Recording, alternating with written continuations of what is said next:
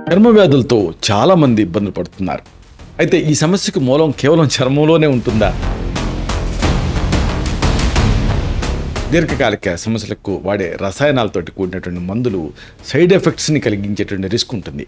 మరి వాటికి ప్రత్యామ్నాయంగా సహజ సిద్ధమైనటువంటి పరిష్కారాలు ఉన్నాయి. ఈ విషయం మీకు తెలుసా? ఒక్క పైసా ఖర్చు లేకుండా ఇంట్లోనే సులభంగా తయారు చేసుకోగలిగేటట్టు ఔషధంతో ఈ చర్మ సమస్యల నుంచి మీరు బయటపడవచ్చు. అయితే అసలు ఈ అద్భుతమైనటువంటి ఔషధం ఏమిటి? దీన్ని ఎలా తయారు చేసుకోవాలి?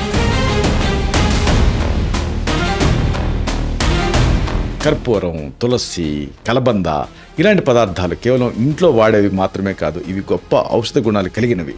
కానీ వీటిని సరిగ్గా ఎలా వాడాలో మీకు తెలుసా?